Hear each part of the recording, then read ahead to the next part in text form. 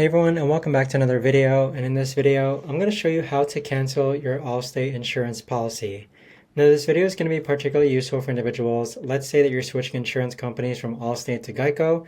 How do you actually go ahead and cancel your Allstate insurance policy? Now this video is going to be short, sweet, and simple, guys. There's not going to be a lot of steps involved. So in order to do this, what you're first going to do is log on to your Allstate account. And then the next thing that you're going to do is that once you log onto your Allstate insurance account, you want to click on policies, and then you want to click on details and coverages. Now keep in mind that there's multiple ways that you could actually approach about doing this. So once you scroll all the way down, you're going to see this button here. It's a hyperlink that says cancel policy. That's where you'll be able to cancel your policy. Now I know that there may be more than one way to actually go ahead and cancel your policy. This is just one of the ways to cancel your Allstate insurance policy.